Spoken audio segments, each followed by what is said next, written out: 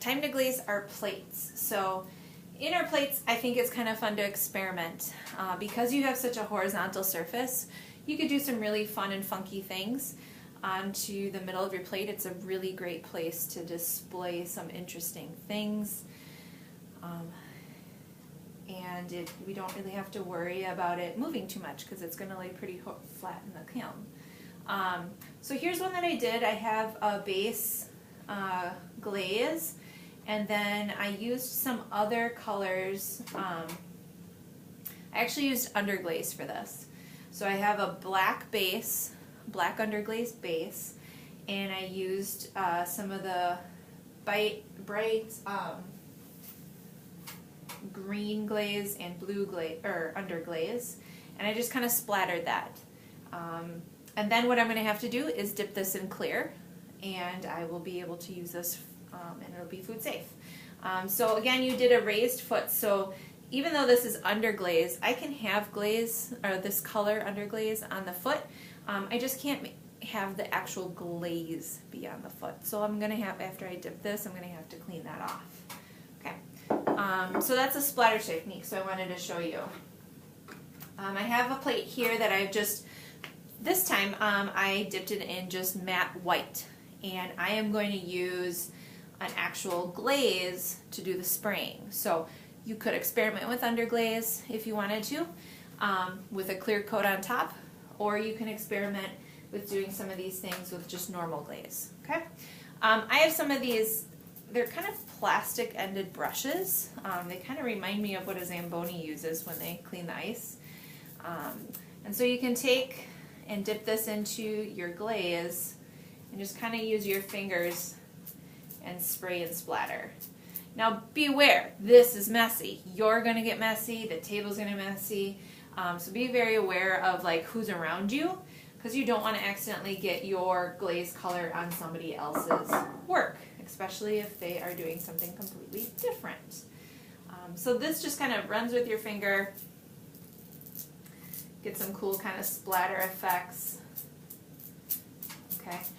Just know that I think most colors will work best if you have the light color down as your base and you're splattering a darker color on top.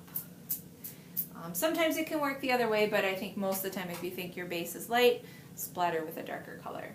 Okay, so I'm going to call that done. We have another splatter tool. This is one that kind of works like this. So there's a little wire rod that pulls back the bristles as you splatter. So it works kind of like this. So you dip it into your glaze. And the splatters are much finer, unless if you get big drips.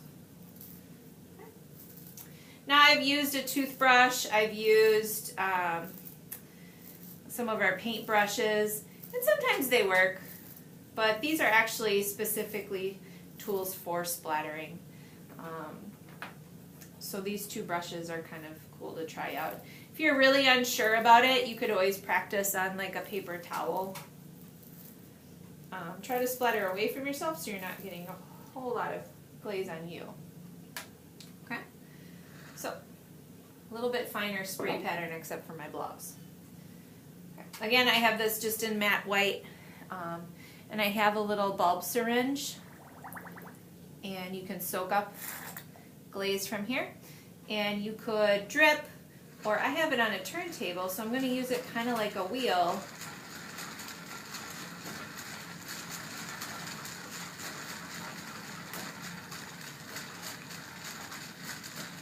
Kind of dribble and drip while I'm rotating, so it kind of leaves a cool pattern in there.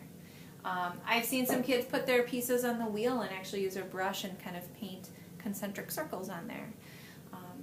If you are kind of a painter, you've taken a couple painting classes, you're kind of comfortable with that, maybe you want to experiment with painting an underglaze design on your piece before you clear glaze it. That might be kind of cool.